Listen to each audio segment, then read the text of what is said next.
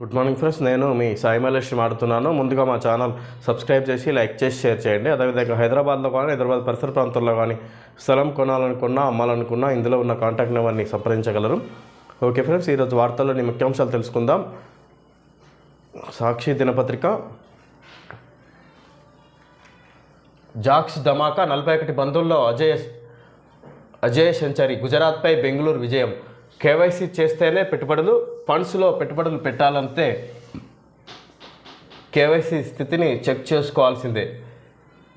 బాద్షాల అరాచకాలు కనిపించలేదా? మన దేశానికి చెందిన రాజులను కించపరిచిన రాహుల్, నవాబులు, నిజాములు, సుల్తాన్లు, బాద్షాలు సాగించిన అరాచకాలపై నోరు మెదపడం లేదని మోడీ అన్నారు. రేవణ్ణ ప్రజ్వల్పై లైంగిక వేధింపుల కేసులో మాజీ ప్రధాని దేవగౌడ కుమారుడు రేవణ్ణ మనవడు ప్రజ్వల్పై దర్యాప్తునకు కర్ణాటక ప్రభుత్వం సిట్ ఏర్పాటు చేసింది. ఆదివారం రాత్రి హన్మకొండ చౌరస్తాలో మాట్లాడుతున్న బీఆర్ఎస్ అధినేత కేసీఆర్, హాజరైన జనం బీఆర్ఎస్తోనే రక్ష, 14 నుంచి 15 మంది బీఆర్ఎస్ ఎంపీలను గెలిపిస్తే కేంద్రంలో రాష్ట్రానిదే కీలక పాత్ర. హన్మకొండ బస్సు యాత్రలో మాజీ సీఎం కేసీఆర్, గోదావరి ఎత్తుకుపోతామంటున్న బీజేపీకి ఎందుకు ఓటేయాలి? అది ప్రమాదకర పార్టీ, విద్వేషం నింపడమే దాని పని. హామీలు ఇచ్చి అమలు చేయని కాంగ్రెస్కు ఓటేస్తే ఏం లాభం? అడ్డగోలు హామీలు చూసి ఓటేస్తే 4 నెలల్లో ఆగం చేశారు. లంచాల కోసం బిల్డింగ్ పర్మిషన్లు ఆపేశారని ఆరోపణ. ఇక్కడ కేసీఆర్ నిన్న బీఆర్ఎస్ హన్మకొండలో లోక్సభ ఎన్నికల ప్రచారంలో భాగంగా కేసీఆర్ ఇక్కడ రోడ్ షోలో ఈ విధంగా మాట్లాడడం జరిగింది. బీఆర్ఎస్తోనే రక్ష, 14 నుంచి 15 సీట్లు లోక్సభ ఎలక్షన్లో గెలిపిస్తే దేశంలో మనదే ఎక్కువ ప్రాధాన్యత ఉంటుంది, అప్పుడు రాష్ట్రానికి అభివృద్ధి చేసుకోవచ్చు అన్నట్టుగా ఇక్కడ కేసీఆర్ మాట్లాడడం జరిగింది. గోదావరి నీళ్లు ఇక్కడి మనకు దక్కకుండా చేస్తున్న బీజేపీకి ఎందుకు ఓటేయాలి అన్నట్టుగా ఇక్కడ కేసీఆర్ ముఖ్యంగా తెలియజేస్తున్నారు. కాంగ్రెస్ ఇప్పటివరకు హామీలను నెరవేర్చలేదు, ఈ విధంగా అభివృద్ధి పదంలో చేయడంలో విఫలమైన కాంగ్రెస్ పార్టీకి ఎందుకు ఓటేయాలన్నట్టుగా కూడా ఆయన వివరించారు. రిజర్వేషన్లపై జవాబు ఇవ్వాలి, ఆ తర్వాతే రాష్ట్రానికి మోడీ రావాలి. మల్కాజ్గిరి కార్నర్ మీటింగ్లో సీఎం రేవంత్ రెడ్డి, 10 ఏళ్లలో తెలంగాణకు ఏం చేశారో ప్రధాని చెప్పాలి. బీజేపీ నేతలు దేవుళ్ల పేర్లు చెప్పి ఓట్లు అడుక్కుంటున్నారు, ఓట్ల కోసం కేసీఆర్ కొంగ జపం చేస్తున్నారంటూ ఫైర్. కేంద్రంలో మరోసారి అధికారంలోకి వస్తే రిజర్వేషన్లు రద్దు చేసేందుకు బీజేపీ కుట్రలు పన్నుతుంది. ఎస్సీ, ఎస్టీ, బీసీ రిజర్వేషన్లు ఉండాలంటే కాంగ్రెస్ పార్టీని గెలిపించాలి. నెల 30న రాష్ట్ర పర్యటనకు వస్తున్నారు ప్రధాని మోడీ. ముందుగా రిజర్వేషన్లు ఎందుకు రద్దు చేయాలనుకుంటున్నారో సమాధానం చెప్పాలి. పాలమూరు రంగారెడ్డి ఎత్తిపోతల పథకానికి ఎందుకు జాతీయ హోదా ఇవ్వలేదో, బయ్యారం ఉక్కు పరిశ్రమ, కాజీపేటలో రైల్వే కోచ్ ఫ్యాక్టరీ ఎందుకు ఏర్పాటు చేయలేదో తెలంగాణ ప్రజలకు సమాధానం చెప్పాలి. ఆ తర్వాత రాష్ట్ర పర్యటనకు రావాలి. 10 సంవత్సరాలు ప్రధానమంత్రిగా ఉండి రాష్ట్రానికి ఏం చేశారో చెప్పాలి అని ముఖ్యమంత్రి రేవంత్ రెడ్డి డిమాండ్ చేశారు. మల్కాజ్గిరి నియోజకవర్గం తనకు రాజకీయంగా తోడ్పాటును అందించిందని, ఆ నియోజకవర్గ అభివృద్ధికి తాను బాధ్యత వహిస్తానని ఆయన హామీ ఇచ్చారు. లోక్సభ ఎన్నికల్లో ఎల్బీనగర్ నియోజకవర్గం నుంచి కాంగ్రెస్కు 30,000 మెజార్టీ ఇచ్చి పార్టీ అభ్యర్థి సునీతా మహేందర్ రెడ్డిని గెలిపించాలని విజ్ఞప్తి చేశారు. ఆదివారం ఎల్బీనగర్ నియోజకవర్గంలోని వనస్థలిపురం సుష్మా చౌరస్తాలో నుంచి రైతు బజార్ చౌరస్తా వరకు సీఎం రోడ్ షో నిర్వహించారు. రాత్రి అల్వాల్ సమీపంలోని కౌకూరులో ఆదివారం రాత్రి మల్కాజ్గిరి కార్నర్ మీటింగ్లో ప్రసంగిస్తున్న ముఖ్యమంత్రి రేవంత్ రెడ్డి, చిత్రంలో అభ్యర్థి పట్నం సునీతారెడ్డి మహేందర్ రెడ్డి ఇక్కడ రిజర్వేషన్లపై జవాబు ఇవ్వాలి, ఆ తర్వాతే రాష్ట్రానికి మోడీ రావాలి. మల్కాజ్గిరి కార్నర్ మీటింగ్లో సీఎం రేవంత్ రెడ్డి ఈ విధంగా రిజర్వేషన్లపై జవాబు ఇవ్వాలన్నట్టుగా బీజేపీని ఉద్దేశించి ఆయన ముఖ్యంగా మాట్లాడడం జరిగింది. మోడీ ఇప్పుడు వచ్చే ఎలక్షన్లో బీజేపీ గెలిస్తే పూర్తిగా రిజర్వేషన్లు రద్దు చేస్తుంది అన్నట్టుగా కాంగ్రెస్ చేస్తున్న దానిపై ఇప్పుడు మరొకసారి రేవంత్ రెడ్డి దానిపై సమాధానం చెప్పి రాష్ట్రానికి రావాలి, మోడీ ప్రచారంలో పాల్గొనాలి, అదే లేకపోతే రావద్దు అన్నట్టుగా ఆయన మోడీని ఉద్దేశించి మాట్లాడడం జరిగింది. ఈ విధంగా అత్యధిక మెజార్టీతో ఇక్కడ మల్కాజ్గిరి ఎంపీ అభ్యర్థి సునీతా మహేందర్ రెడ్డిని గెలిపించాలన్నట్టుగా ఆయన ఈ ప్రచారంలో భాగంగా మాట్లాడడం జరిగింది. నిప్పులు కక్కుతున్న సూర్యుడు, రాష్ట్రమంతటా అత్యధిక స్థాయిలో గరిష్ట ఉష్ణోగ్రతలు నమోదు.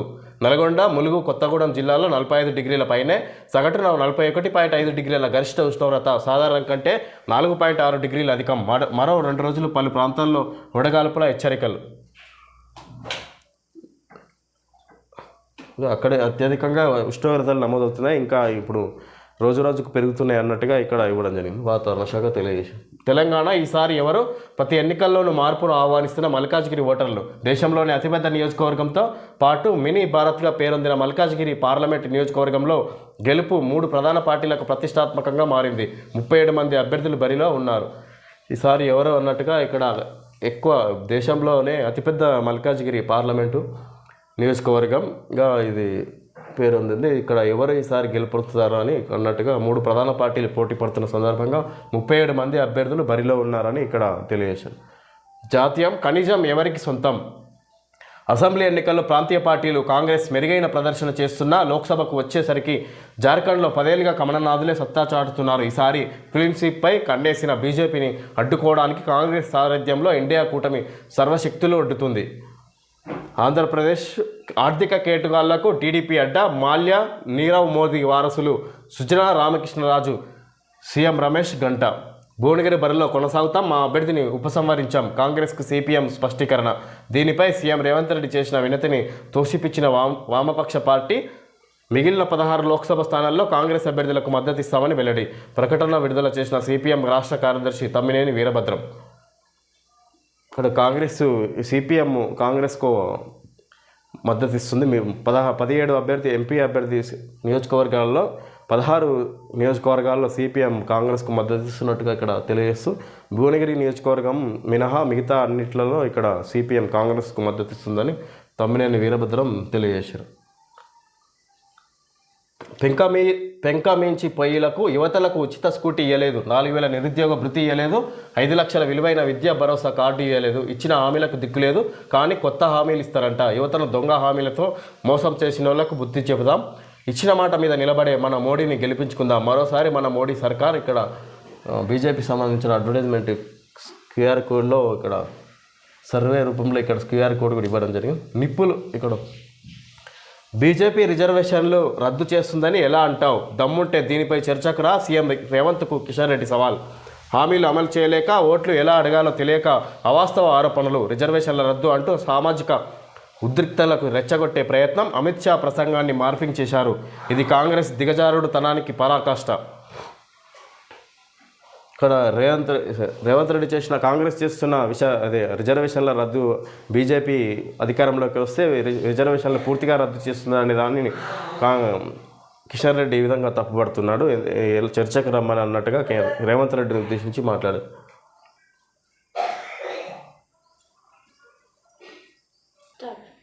డబ్బులు మీ అకౌంట్లోకి మీ చేతికి పంపితే అది జగన్ పాలన. అదే డబ్బులు తన అకౌంట్లోకి, తన జేబులోకి, తన పెత్తందారి స్నేహితుల జేబుల్లోకి వేసుకుంటే అది బాబు పాలన. చంద్రబాబుకు ఓటు వేస్తే ప్యాకేజీ స్టార్కు, రామోజీరావుకు, ఆంధ్రజ్యోతి రాధాకృష్ణకు, టీవీ5 నాయకుడికి, వదినమ్మకి మనీ ట్రాన్స్ఫర్ అవుతుంది. బాబుది ఈనాడు, ఈటీవీ, ఆంధ్రజ్యోతి, టీవీ5లో మాత్రమే కనిపించే గ్రాఫిక్స్ మోసాల పాలన. తిరుపతి జిల్లా వెంకటగిరిలో నిర్వహించిన సభలో మాట్లాడుతున్న ఏపీ సీఎం వైఎస్ జగన్. మోసగాళ్లకు ఓటుతో వేటు. తాడిపత్రి, వెంకటగిరి, కందుకూరు ఎన్నికల సభల్లో ఏపీ సీఎం జగన్ నా 58 నెలల పాలనలో ఏం చేశానో చెబుతా, నీ 14 ఏళ్ల పాలనలో చేసిందేమిటో చెప్పగలవా బాబు? నీలా బడాయిలు చెప్పకుండా నా ప్రోగ్రెస్ రిపోర్ట్ ప్రజలకే అందజేశా. నువ్వేం చేశావో చెప్పుకోలేక నా పథకాల గురించి మాట్లాడతావు ఏమిటయ్యా? ఇక్కడ ప్రచారంలో భాగంగా ఏపీ సీఎం జగన్ ఈ విధంగా బాబుని ఉద్దేశించి ఇక్కడ మాట్లాడడం జరిగింది. డబ్బులు ఇంటికి పంపిస్తే అది జగన్ పాలన, అది అరాచకులకు పెట్టుబడిదారుల జేబుల్లోకి డబ్బులు వెళ్తే అది చంద్రబాబు పాలన అన్నట్టుగా ఇక్కడ వివరించి ప్రచారంలో మాట్లాడడం జరిగింది. జగన్ రేపు నిన్ను చంపితే ఏమవుతుంది? నెల్లూరు జిల్లా బుచ్చిరెడ్డిపాలెం సభలో చంద్రబాబు వివాదాస్పద వ్యాఖ్యలు. బహిరంగంగానే బరితెగించిన టీడీపీ అధినేత. సీఎం జగన్పై తెలుగుదేశం పార్టీ కుతంత్రం. ముఖ్యమంత్రిని రాజకీయంగా ఎదుర్కోలేక భౌతికంగా నిర్మూలించే కుట్ర. కొద్ది రోజుల క్రితం ఆ దున్నపోతును ఒక మనిషికి ఒక రాయి తీసుకొని కొట్టండి అంటూ వ్యాఖ్య. ఆ తర్వాతే విజయవాడలో సీఎంపై హత్యాయత్నం. మరో సభలో గాజు గ్లాసు తీసుకొని పొడవమంటూ సైగలు. ఇక్కడపై జగన్ రేపు నేను చంపితే ఏమవుతుంది అన్నట్టుగా నెల్లూరు జిల్లా బహిరంగ సభలో చంద్రబాబు ఇక్కడ మాట్లాడినట్టుగా ఇవ్వడం జరిగింది. ఇక్కడ రాజకీయంగా ఎదుర్కోలేక భౌతికంగా దాడులు చేయమని చంద్రబాబు సూచనలు ప్రజలకు ఇస్తున్నాడని ఇక్కడ ఏపీలో వైఎస్ఆర్సీపీ ఇక్కడ తెలియజేసింది. అసమానతలు తొలగేదాకా రిజర్వేషన్లు. RSS chief Mohan Bhagwat స్పష్టీకరణ. రిజర్వేషన్లు రద్దు చేయం, ఎవరిని చేయనీయం, ఇది మోడీ గ్యారంటీ. యూపీలో ఎన్నికల ప్రచారంలో కేంద్ర హోంమంత్రి అమిత్ షా.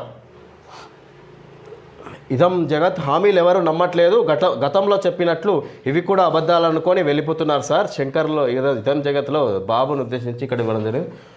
ప్లాస్టో వాటర్ ట్యాంక్ ఇది అడ్వర్టైజ్మెంట్. చికెన్ ధరలు విత్ స్కిన్ తోటి 216 రూపాయలు KG, skinless 246 KG, 12 eggs 50 rupees.